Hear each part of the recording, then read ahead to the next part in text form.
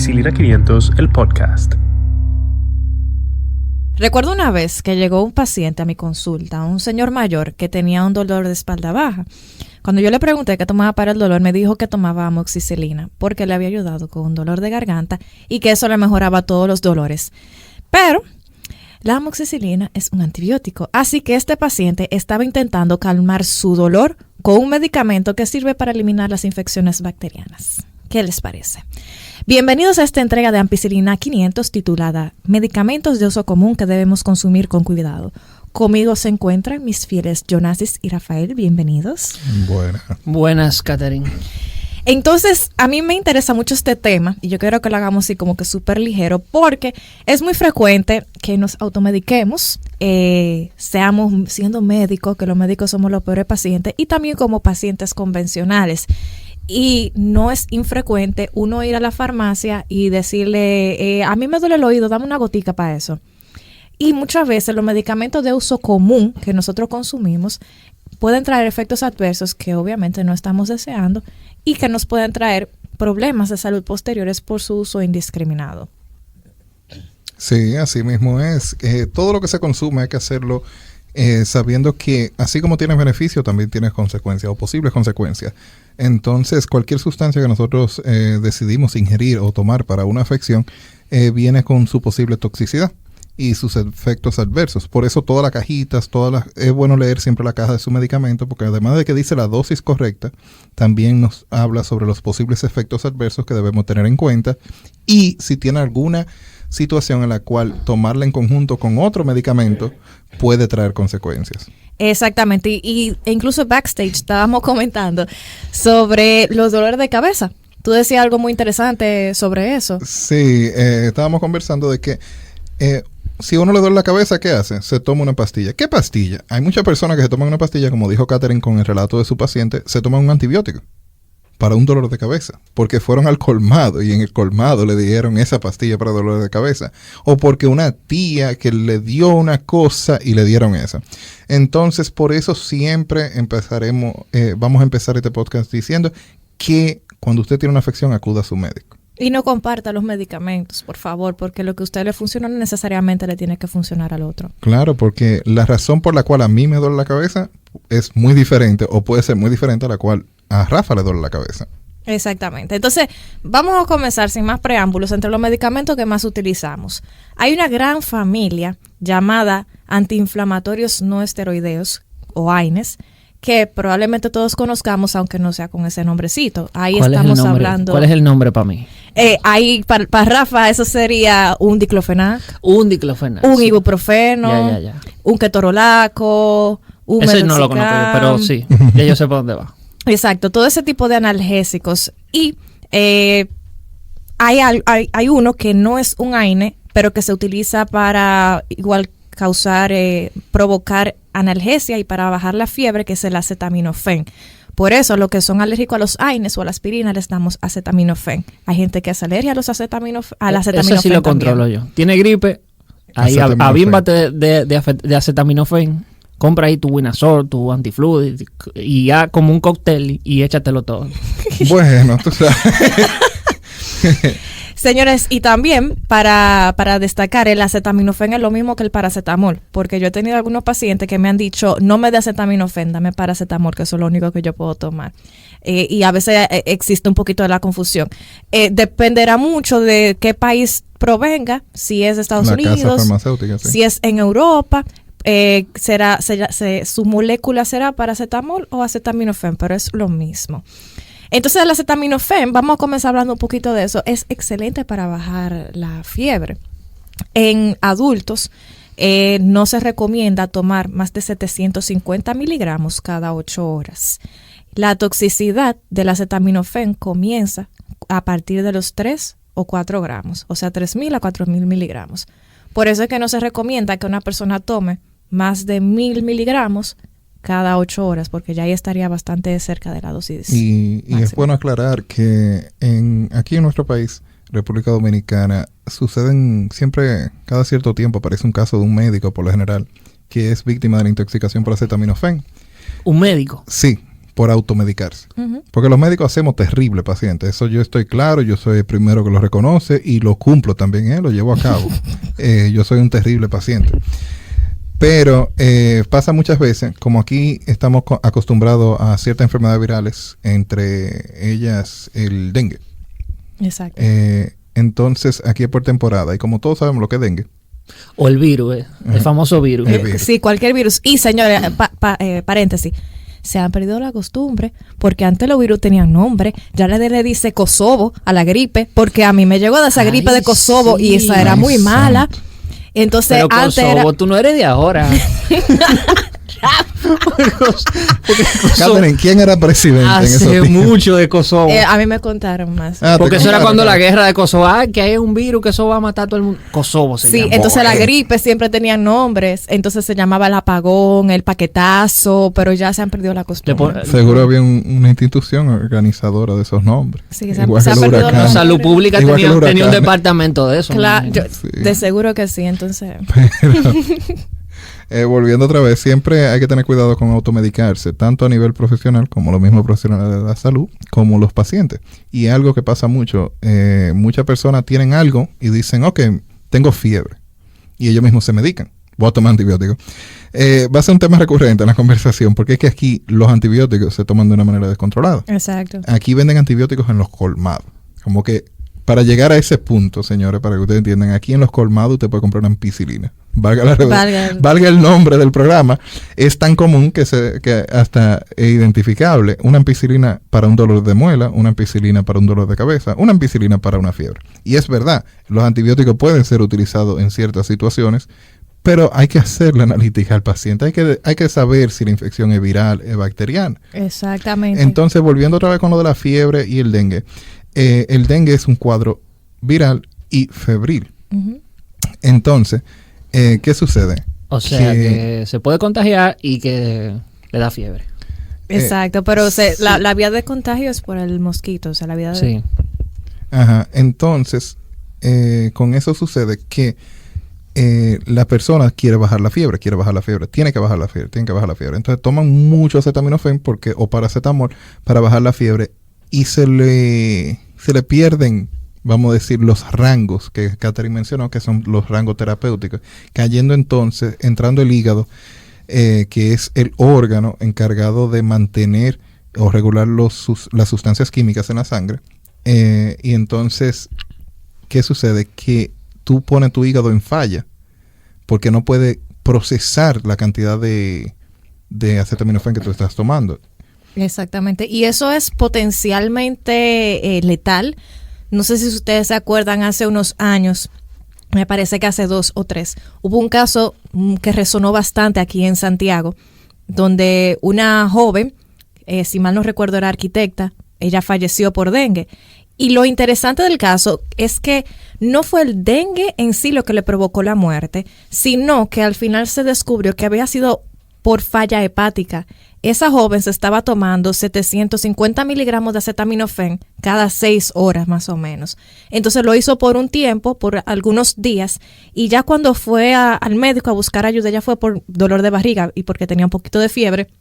Ya era un poquito tarde para actuar porque la falla hepática estaba tan avanzada que eso fue lo que dio al traste su vida. Y estamos hablando de una chica de menos de 30 años y da pena porque no era una persona en este caso que quizás no tenía la educación, que quizás no tenía acceso a buscar información. Era una chica que estaba bien posicionada en todos los niveles y lamentablemente falleció por esta causa que pudo haberse prevenido. Y a esa dosis estaba justo en el margen de toxicidad, Exacto. a 3 gramos diarios. Exacto, y probablemente, yo no sé, esto soy yo especulando, no conozco los detalles del caso, es muy probable que para disminuir la fiebre y el malestar, porque la chica tenía dengue, y vamos a ser claros, el dengue da bastante incomodidad, dolor, fiebre, dolor de cuerpo. Esa fiebre rompehueso. Exacto, entonces es probable que en el caso de ella, quizás ella hubiese tomado un poquito más, o sea, hubiese sobrepasado el límite que es de 3 a 4 gramos en adultos y eso fue lo que dio al traste. Además de que obviamente como no conocemos su historia, no sabemos el historial médico de ella, no sabemos qué ella estaba consumiendo aparte de, porque en muchos casos simplemente son las interacciones medicamentosas lo que te llevan a falla hepática. Y muchas veces la persona consumen medicamentos y los medicamentos, por ejemplo, un antigripal tiene cierto compuesto, muchos de ellos tienen acetaminofén, tienen un antialérgico, etcétera, y entonces se consumen eso y dicen, no, yo me tomé X cosa, X sobrecito, para no identificar ninguna marca en particular, X sobrecito, y después viene una amiga, una cosa, y le dice, no, mira, yo me tomé esto, y esto fue lo que me mejoró. Entonces, tienden a confundirse, que atento a que se tomaron un sobrecito de algo, y entonces se toman otro de otra marca completamente diferente, creen que no tiene que ver una cosa con la otra, sí, se van sumando, esos compuestos se van sumando, entonces pueden exceder la dosis de toxicidad. Exactamente. De manera que ellos ni cuenta se den. Y es bueno mencionar que, bien, o sea, digamos que no estoy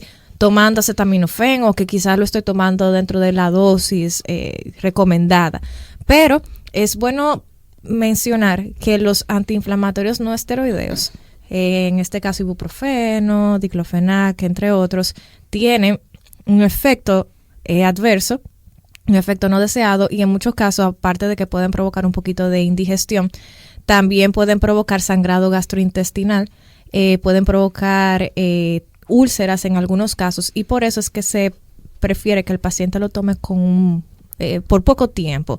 Además de que no se deben utilizar aspirina o alguno de estos AINES junto con medicamentos tipo como clopidogrel, como con warfarina, porque aumentaría el riesgo de hemorragias.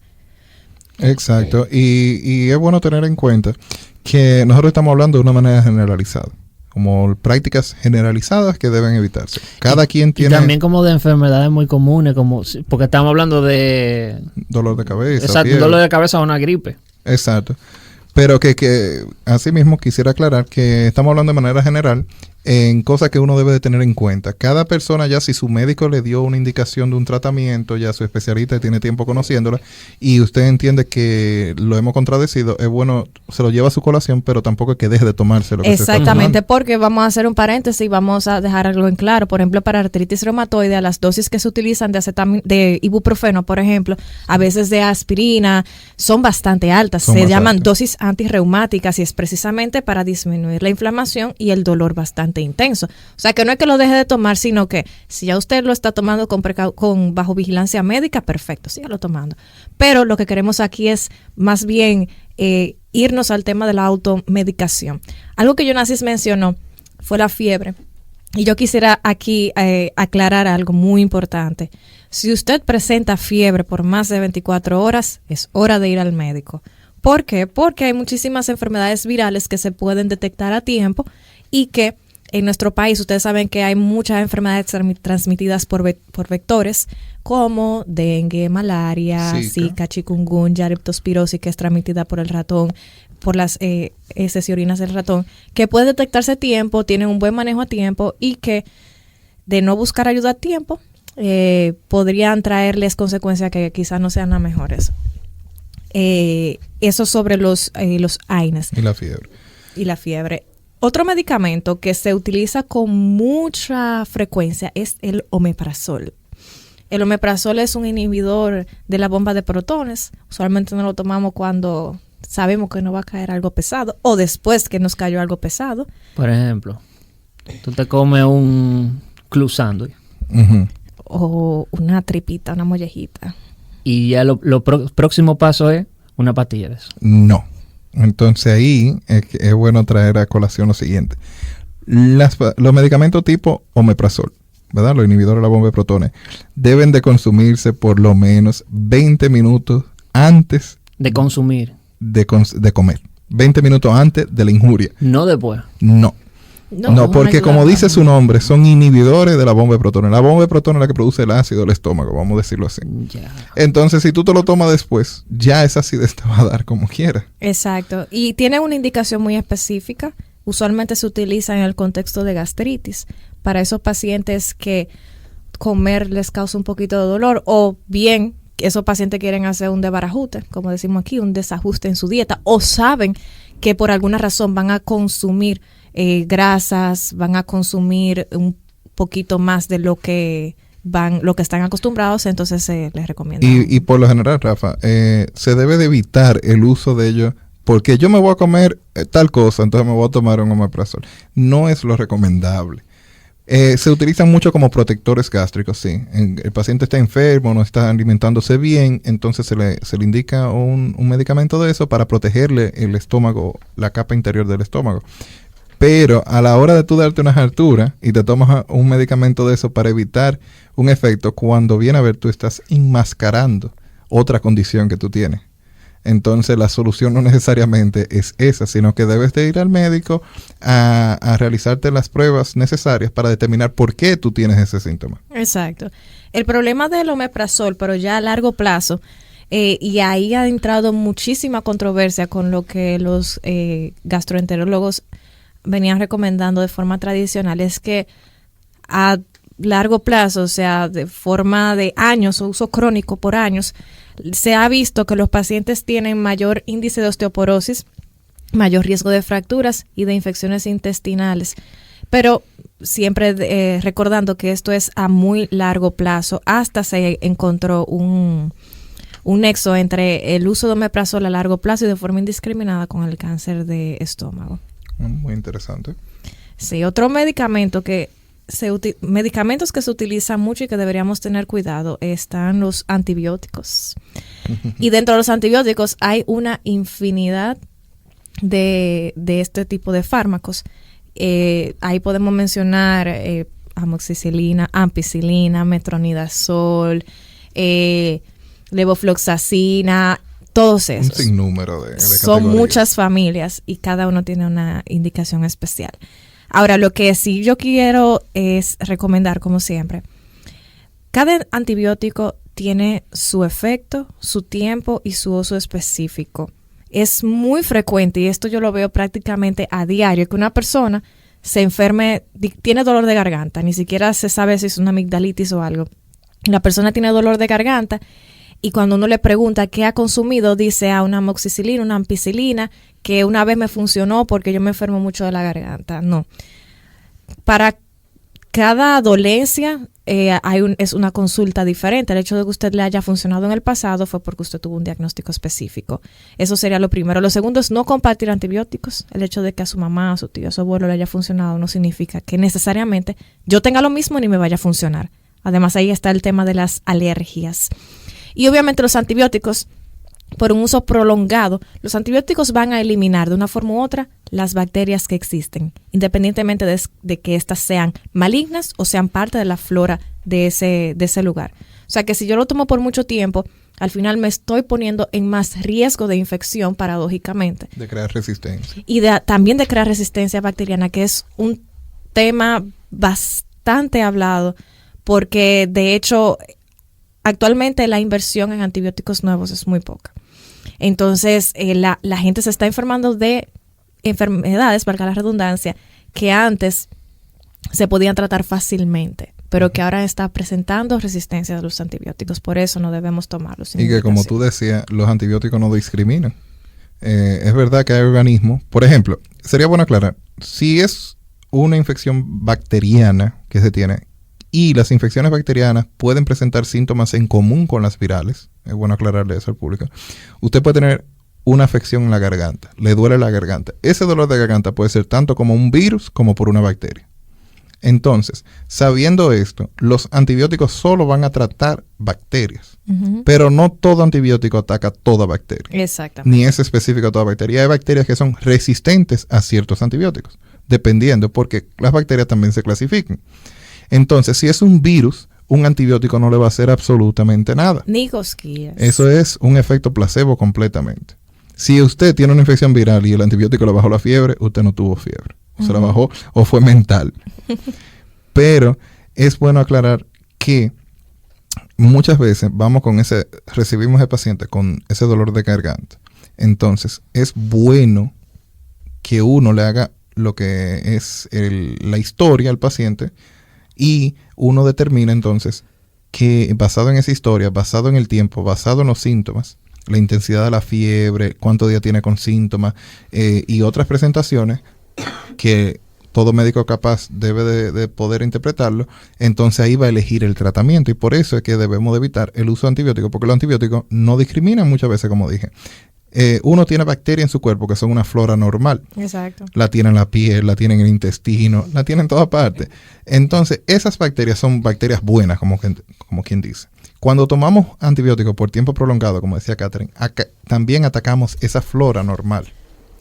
Y al hacer eso, entonces lo que sucede es que nuestro organismo, que funcionaba normalmente, que estaba completamente bien, y que esa bacteria, esa flora normal, estaba trabajando por nosotros para metabolizar los alimentos, etcétera, etcétera, etcétera. Ahora nosotros la estamos acabando. Entonces fuimos a curar un problema y estamos generando otro, sin contar con lo que es la resistencia.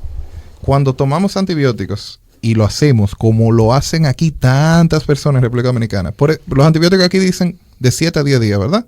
De tratamiento. O dependiendo de la condición, hasta 3 meses.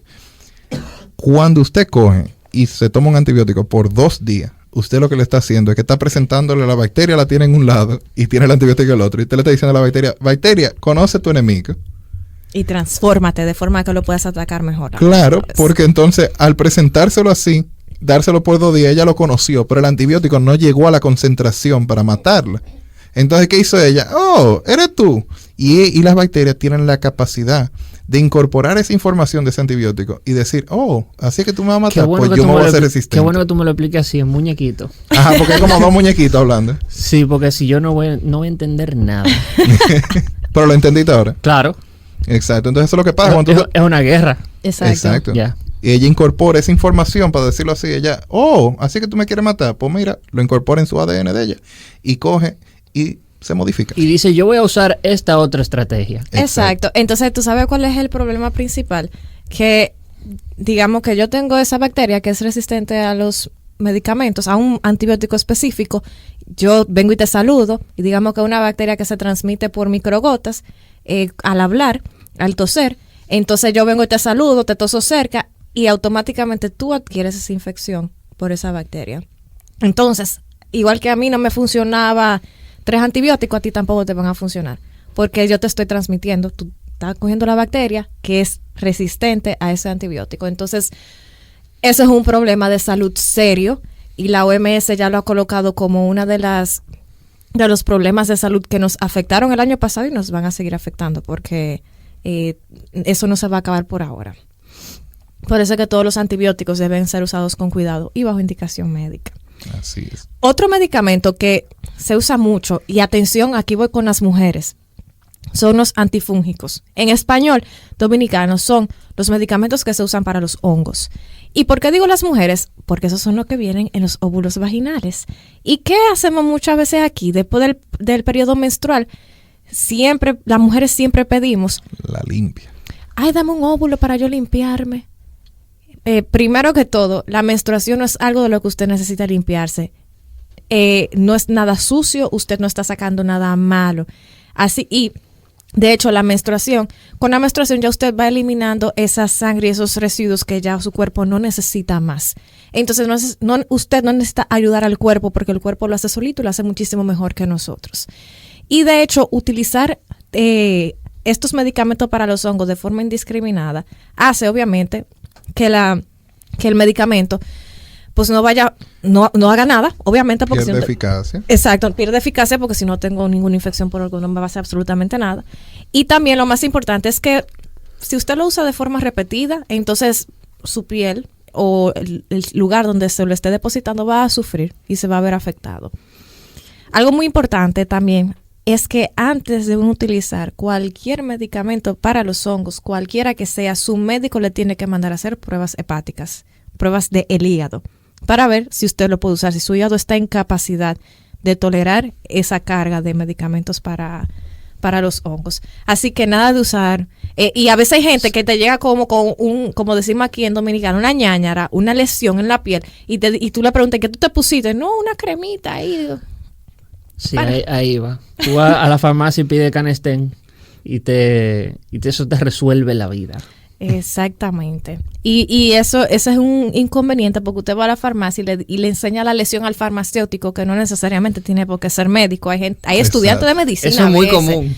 Y usted le dice, mira, ¿qué funciona para eso? Y se lo enseña.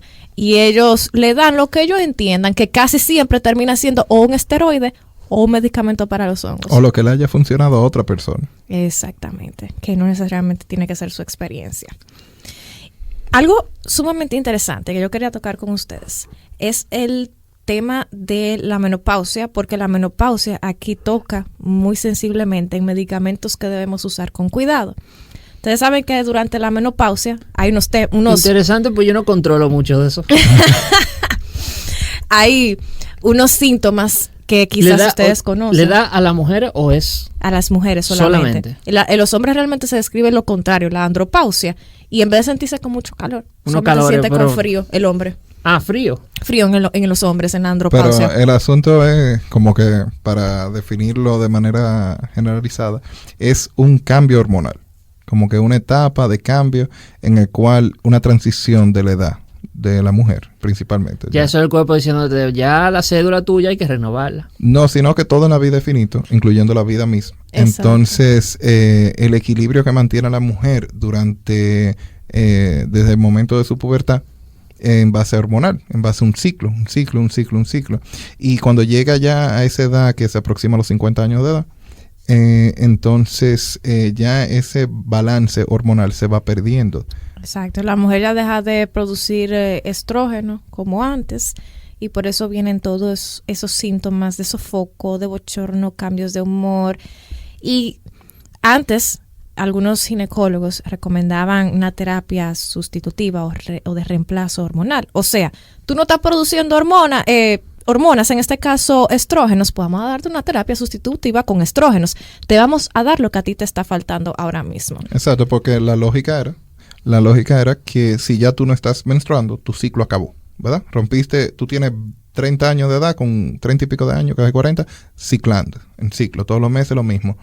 Libera un óvulo, y hay unas curvas de hormona que no vamos a entrar en esos detalles, pero y entonces ahora se te acabó eso, por ende la solución es continuártelo. Esa era la lógica del... Pero ¿por qué habría que continuarse? Entonces, Catherine, como iba diciendo.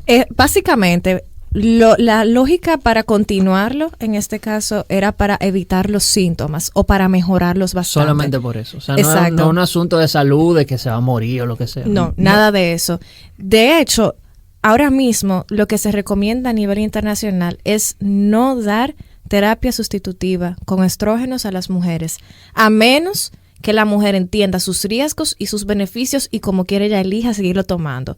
Pero no se recomienda tanto y es porque esa carga de estrógenos que tú le estás dando a esa mujer la pone en más riesgo de tener cánceres como el cáncer de seno, que es dependiente de hormona. Y usualmente el cáncer de seno es dependiente de esta hormona que se llama estrógeno. Entonces, si tú le estás dando más estrógeno, le estás poniendo en mayor riesgo de tener cáncer de seno en unos años. En conclusión, deje que pase su proceso. En algunos casos se recomiendan algunos suplementos que son naturales, que tampoco mediante la evidencia han demostrado tanto beneficio. En algunos casos funcionan, en otros casos no. Por ejemplo, se ponen suplementos de selenio, se ponen suplementos de dihidroepiandrostenediona, DHEA, para tratar de evitar esos cambios. Pero ninguno de ellos ha demostrado que en la mayoría de las mujeres sean más los riesgos que los beneficios y mejoren los síntomas. Y cabe destacar, ya que mencionamos el tema, que para responderle a Rafa, el tratamiento se da para minorar los síntomas. Entonces, ¿cuáles son esos síntomas que de verdad le molestan a las mujeres? El asunto es que hay sofocos, que es lo del calor, el calorazo, y más en un país tropical, y es algo que le molesta porque quien lo ha visto, si usted se ha fijado en una paciente que esté pasando por menopausia, ella no tiene control sobre cómo se siente.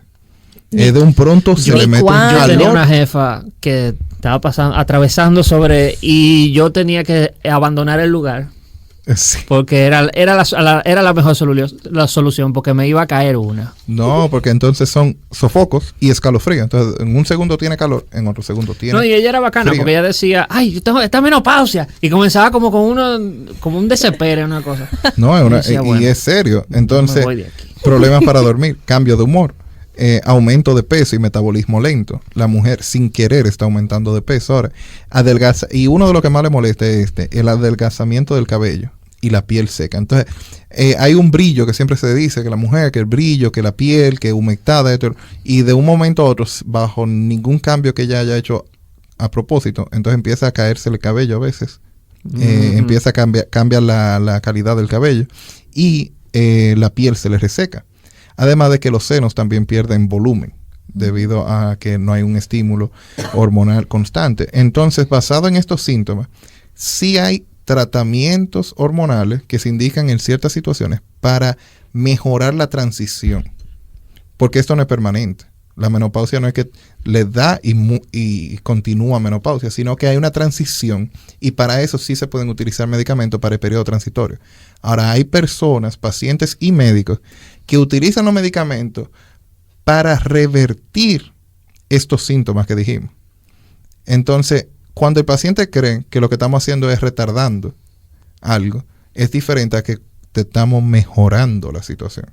Y eso es bueno tenerlo pendiente para evitar el uso inapropiado de esos medicamentos. Exactamente. Y eso es algo que obviamente cada mujer que se encuentra en la menopausia lo debe discutir con su médico para que se personalice la atención, por supuesto, y para que se verifique qué es lo mejor que funciona para cada caso. Otro medicamento, bueno, no es un medicamento en sí, pero sustancias que se utilizan mucho de forma diaria, que a veces ni siquiera estamos pensando en ella como un fármaco extra, son los suplementos vitamínicos. Eso que vienen, que te dan, dice que te van a dar todas las vitaminas que tú necesitas en un día. Hay algunos suplementos de algunas marcas conocidas.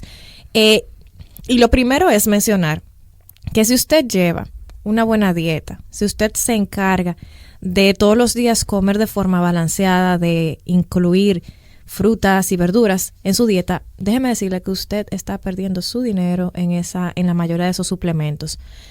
¿Por qué? Porque primero, los suplementos, usualmente los que compramos son extranjeros, a veces ni siquiera, y muchas veces por casas farmacéuticas locales compran la molécula o compran los fármacos y los importan. Entonces, ¿qué pasa con los suplementos? Los suplementos en Estados Unidos no siguen el mismo sistema riguroso que necesita un fármaco, aproximadamente casi 10 años para poder aprobarse.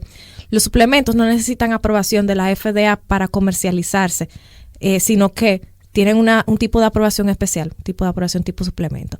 Entonces, ¿cuál es el inconveniente de esto? Que perfectamente yo te puedo decir que te estoy dando 1000 unidades de una vitamina o tantos microgramos, pero no dártela nada. Yo te puedo decir que te estoy dando vitamina C, pero quizá no, lo que tienes sea muy ínfimo.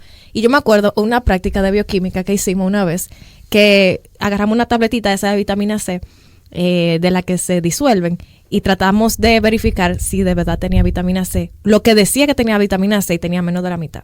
Y utilizamos 3 marcas diferentes. Y ninguna tenía lo que decía tener, o por lo menos el contenido. La cantidad. En el contenido. Tenía toda vitamina C, pero muy por debajo de lo que ellos prometían. Eso es un disparate, en pocas palabras. Sale más costo beneficioso, de hecho, uno comprar frutas y verduras. Lo que pasa es que es un poquito más incómodo porque uno tiene que sentarse. Sí, pero a una naranja tú te la comes. Claro, y es muchísimo mejor que el suplemento vitamínico, o sea que no necesariamente lo necesitemos, a menos que haya una deficiencia, por ejemplo en el caso de los vegetarianos y los veganos, ahí sí se necesitan suplementos. A nivel internacional, la American Heart Association lo que recomienda es que tú no te vas, como que, y en toda parte, tú no puedes basarte en que, atento a que tú estás tomando un suplemento, tú puedes comer porquería. No. Todos debemos mantener una dieta balanceada. Que lo hagamos es otra cosa. Pero se supone que si comemos suficiente verdura y vegetales, frutas, legumbres y carne, no necesitamos suplementos. Exacto. Ahora, ¿qué pasa? Es verdad, a veces nos descuidamos, a veces no cumplimos esa cuota de X alimentos. Entonces, ¿qué es lo que debemos hacer? Debemos de comer saludable. De tratar de comer saludable. Y se ha demostrado que en los pacientes que tienen enfermedad cardíaca, 1 gramo diario de omega 3, de omega 3, le disminuye la probabilidad de desarrollar otra patología o de complicarse. El omega 3 se obtiene de pescados. De pescados. Pero ¿qué sucede? Hay personas que quizá no pueden consumir el pescado. Entonces sí, tú puedes suplementar eso que tú tienes deficiente o eso que se ha comprobado que te va a mejorar que te va a prevenir una complicación. Entonces, sí, tú te compras ese solo. Ahora, ¿qué sucede? ¿Qué tú no debes de hacer? Tú no debes de tomarte suplementos porque sí. Por ejemplo, dicen, hay evidencia científica que no se ha visto ninguna mejoría con tomar vitamina A, C o E. Y como dijo Catherine, la vitamina C que uno compra ni viene la cantidad que te están ofreciendo. Y de hecho hay que tener mucho cuidado con la vitamina A, D, E y K. ADEC, usted se acuerda por eso, por ADEC, porque se acumulan en tejido graso y cuando no se controla la cantidad que se consume puede causar toxicidad que hay como diríamos aquí mala sal que el chivo. Y hay reservas que pueden durar, en un cuerpo normal hay vitaminas, algunas de ellas que pueden durar hasta un año, con una reserva que tú no necesitas consumirla durante un año. ¿Qué tipo de vitamina? Y hay personas, la que se diluyen en las grasas, por ejemplo las liposolubles, como no están renovándose a diario, entonces tú puedes tener, y después que tú llegaste a esa cuota, porque el cuerpo es algo maravilloso. El cuerpo coge y deja. Entonces, como él coge y deja, tú comes. Si tú no tienes tu reserva de vitamina A baja, él coge y la repone, ¿verdad? Y suplementa la de ese día. Pero él guarda una cantidad suficiente como para que en caso de que tú dejes de comer vitamina A por un mes, vamos a poner, si acaso, entonces tú todavía tienes tu reserva. Tampoco es que está acabando de un día para otro. Por eso es que no hay necesidad, por lo general, de reponerla diario. Por ejemplo, esa que tú dices en el caso de la vitamina A, se acumula en hígado y puede durar hasta 2 años acumulada. 2 años. Dígase, tú tener una reserva acumulada. La reserva, exacto. Yeah. Entonces, ¿qué no se debe hacer también? Además de no consumir todas, porque sí, no puedes contar solamente con un suplemento. Como dije al principio, tú no puedes asumir que porque tú te estás tomando esa pastilla que viene con todas las vitaminas y minerales, ya tú puedes comer toda la porquería del mundo. O no tienes que comer adecuadamente. Porque hay gente que hace dieta así. No, yo no voy a comer. Yo me voy a comer un pan, yo me voy a comer esto, yo me voy a comer aquello, pero se están tomando un suplemento, entonces ellos consideran que es tan saludable. Y eso no es correcto. Exactamente. Y a mí me gustaría traer a colación de forma breve el caso, varios casos que han sucedido y que se han publicado en la literatura científica de consumo de suplementos de una marca específica que está asociado a falla hepática.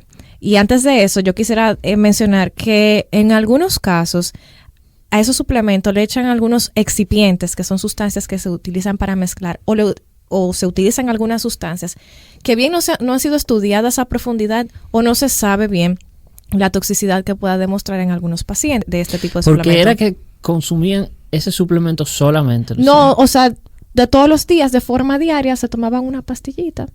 Y al principio los médicos no sabían qué era lo que estaba sucediendo. Me recuerdo el caso de una paciente, un estudio que leí, y cuando le hicieron el cuestionario por segunda vez, ella dijo, sí, yo estoy tomando este suplemento específico. Y ahí, cuando revisaron los ingredientes y cuando hicieron las pruebas toxicológicas al medicamento, se dieron cuenta que era el medicamento que le estaba causando. Y fue tan tal que una vez ella se le retiró ese medicamento y ya dejó de tomarlo, volvió a la normalidad. Mira.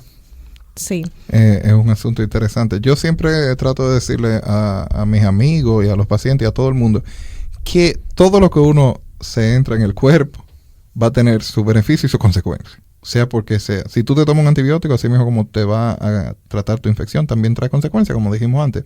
Entonces, no existe la cura milagrosa. Eso de que este es el suplemento que me va a hacer rebajar sin ningún efecto adverso, que es lo que publican, eso es lo que publican en la noticia. Dice, tómate esto y vas a rebajar 10 libras sin ningún efecto adverso. Eso es mentira. Eso es mentira. Hay que entender que todo lo que se hace tiene una consecuencia. Entonces, como dice Catherine, ese suplemento de esa compañía, sí que tú rebajas, es verdad, probablemente te pone hasta rebajar, quién sabe. Pero viene con sus consecuencias. Entonces tú tienes que saber si tú estás dispuesto a vivir con esas consecuencias. Exactamente. Hay algunos medicamentos y alimentos que hay que consumir con cuidado. En farmacología se habla de un efecto sinérgico cuando 2 medicamentos se utilizan juntos y uno mejora la acción de otro, uno potencia la acción de otro. Por ejemplo, en algunos casos como analgésicos se utilizan el acetaminofén y en algunos casos se le añade a ese acetaminofén codeína para mejorar el efecto analgésico, o sea, para quitar el dolor. Por ejemplo, en el caso de la amoxicilina con el ácido clavulánico para la como antibiótico.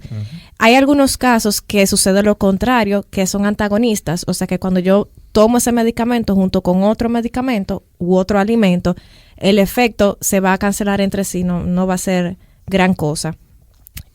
No le estamos pidiendo al público que sean farmacólogos ni que se memoricen todos, sino que siempre tengan en cuenta cuando su médico le dice que no consuman ese medicamento con algo, o al contrario, que lo consuman luego de haber comido algo o de haber utilizado algún protector gástrico. A mí me pareció súper interesante entre alimentos que influencian el uso de algunos medicamentos, el aguacate. Ajá. Que influencian. Sí, el aguacate, ustedes saben, bueno, hay un efecto que se llama, que también sucede sobre el hígado, y es cuando una sustancia funciona como un inductor enzimático o como un inhibidor enzimático. En español ahora. Exacto, en español ahora. Un inductor enzimático es cuando se consumen los dos medicamentos, cuando un medicamento o una sustancia aumenta la actividad de esa parte del hígado que está metabolizando, o sea, hace que funcione más rápido. Por eso el tiempo de vida media de ese medicamento es más corto. O sea, si yo tomo algo que sea inductor sin yo saberlo, el medicamento que yo me tomé va a durar menos su efecto, porque se va a aclarar más rápido de mi sistema, va a salir más rápido del sistema. Entonces, el aguacate en un ejemplo, dame un ejemplo. Yo por ejemplo, agarro mi tajada.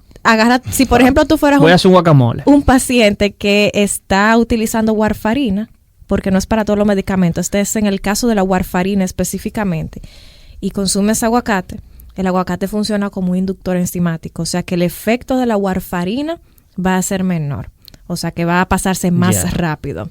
Si duraba 24 horas, quizás dure un poquito menos de 24 horas. Y también ahí que menciona la warfarina, hay que recordar que la warfarina es un medicamento utilizado muy ampliamente como anticoagulante. Dígase, para que la sangre esté más líquida, digamos. Exacto. Conste a los colegas que nos escuchan médicos, entiendan que también estamos tratando de abarcar un público, explicar en términos llanos. Claro, porque aquí está el vecino de Doña Fefa. No, entonces, con eso de la warfarina trabaja que si tú consumes vitamina K, entonces tú vas a ir en contra del tratamiento, porque tú le estás dando lo que ella está tratando de inhibir, que como decía Catherine. Entonces, ¿qué tiene vitamina K? ¿Qué? Tú dices, ¿qué es eso, vitamina K? Exactamente. ¿Qué tiene vitamina K? Estoy pensando en el carro de la caca. Si se come y es verde, es muy probable que tenga vitamina K. Entonces, por ejemplo, ¿en qué tú piensas? Lechuga, ajá, ají, brócoli. Exacto, pimentón de ese verde. Exacto. Si es verde, por lo general, es una regla que uno le da a los pacientes, un rule of thumb que uno le da a los pacientes, como que si es verde y se come, entonces tiene vitamina K. Evítalo. Porque tú te estás tomando un medicamento que está bloqueando el mecanismo por el cual la vitamina K te hace coagular, y entonces es contraproducente tú comer lo que tú estás bloqueando. Exacto. Y eso aclaramos otra vez específico para el caso de la warfarina. Exacto. En el caso, por ejemplo, del jugo de toronja, algo muy interesante. Aquí hay muchos pacientes que sufren de la presión alta, que toman antihipertensivos que tienen nifedipina o amlodipina. El jugo de toronja sirve como un inhibidor enzimático, en otras palabras. Cuando la inducción lo que hacía era que aceleraba el proceso de depuración, y la inhibición lo que hace es lo contrario, que inhibe el proceso o que lo enlentece. ¿Qué hay que recordar de esto? Que cuando se inhibe o se enlentece el proceso, el medicamento que tú te tomaste va a estar circulando por la sangre más tiempo. Entonces, muchas veces eso no es un efecto que tú quieras. Sobre todo cuando es un medicamento que se toma de forma diaria. ¿Por qué? Porque si todavía tú tienes la dosis del día anterior y te tomaste otra dosis, te va a hacer como si tú estuvieras tomando la dosis doble. Entonces, yo veo que Rafa está... No, yo estoy esperando que ella... tratando de comprenderlo. Que ella termine para hacer la pregunta. No, pero mira, yo te voy a ayudar también para ayudar. Cuando hablamos de inductores, imagínense que usted está caminando. Yo más o menos entendí lo de... Porque es como si tú te estuvieras metiendo dos patillas. No, pero... al otro día, o sea, como que todavía tú tienes el efecto del medicamento, el del día anterior todavía lo tienes al otro día. Pero yo le voy a poner un ejemplo práctico para el público también. Cuando hablamos de inductores, imaginen que ustedes van caminando en un pasillo largo de eso de los aeropuertos y está la escalera, el asuntito eléctrico que uno se monta, se para, pero ella corre en el mismo tú desarrollas super velocidad. Sí. Exacto, ahí tú te montaste en un inductor. Va a ser que tú llegues, tú vas para el mismo punto y tú ibas a llegar como quieras, pero tú te montaste en un inductor, te va a llegar más rápido. Yeah. ¿Qué es un inhibidor? Entonces, el mismo asunto, pero él va en reversa. Tú te montas, algún día tú vas a llegar. Él no va en reversa, pero él va mucho más lento. Yeah. Algún día tú vas a llegar, pero vas a llegar más lento que lo que tú hubieras llegado caminando tú. Entonces, Exacto. para usar ese ejemplo. Ya. Exactamente. ¿Tú ibas a preguntar algo, Rafa? No, yo sigue desarrollando porque yo estoy pensando en el aguacate todavía. El jugo de toronja sirve como, actúa como un inhibidor enzimático de la amlodipina, de la nifedipina y de algunos medicamentos de uso psiquiátrico como carbamazepina, midazolam, alprazolam, entre otros. Y por eso hay que tomarlo con cuidado. En el caso, por ejemplo, hay algo muy interesante. Entonces, déjame ver si entendí. Si tú te estás tomando un medicamento de eso, Ajá. tú no puedes beber jugo de toronja. No deberías. debes. Y se lo dicen así al paciente, mire, usted se está tomando este medicamento, evite la toronja, no la vea ni en la mata. Si uno indica mucho medicamento de esa categoría que interfiere, que el jugo de toronja lo interfiere, por lo general los médicos ya tienen como una fotocopia de una listita de si estás tomando X cosa, por favor no tome esto. Y se la entregan a los pacientes. Yo lo he visto eso ya. Exacto. Otros alimentos que inciden en la acción de algunos medicamentos de uso común es, por ejemplo, el ajo.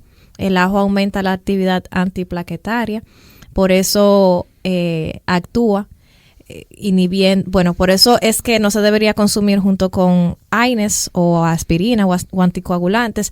Y no te va a hacer daño si lo consumiste una vez, solamente tener en cuenta de que si lo consumes de forma frecuente porque eres de esos pacientitos a los que todavía se les indica tomar aspirina o por alguna razón tienes que tomar AINES, entonces tener cuidado con el consumo concomitante.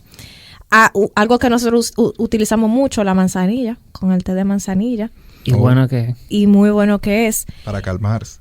Y mira qué interesante, qué bueno que tú dices eso, porque hace interacción con medicamentos que son básicamente de uso psiquiátrico, con las benzodiazepinas, con los opioides, con los barbitúricos. Oh. O sea que hay que no tener beba cuidado té de manzanilla. si usted está consumiendo algún medicamento Antipsiquiátrico. para con uso psiquiátrico.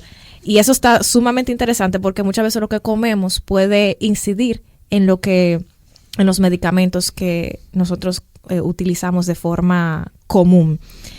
La lección de este podcast y de este episodio, lo que yo quiero que siempre recordemos es que no es que si usted se toma si usted tiene una fiebrecita, tiene un dolor de cabeza, no pueda tomarse un acetaminofén perfectamente. El médico no va a estar en su casa a las 3 de la mañana cuando usted esté con los síntomas gripales, por ejemplo, de fiebre, sino que tengamos cuidado al consumir medicamentos, porque todos los medicamentos que utilizamos, la gran mayoría, han pasado por un proceso bien riguroso para que se lancen al mercado. Son seguros, son buenos, pero todos tienen su indicación. No los tomen fuera de la indicación del médico. Aprendamos a tomarlos y sobre todo concienticemos a los demás que el uso indiscriminado de medicamentos puede traer consecuencias. Todos los medicamentos tienen efectos adversos, todos y cada uno de ellos. Queda en nosotros entonces decidir si lo seguimos utilizando, si los riesgos son mayores que los beneficios, pero siempre la recomendación es utilizarlo como su médico le ha recomendado. Pues muchísimas gracias por su atención. Este ha sido nuestro episodio de hoy. Esperamos que puedan seguir replicando esta información y que haya sido de provecho para ustedes. Sigan atentos para nuestros próximos episodios de podcast. Gracias por escucharnos.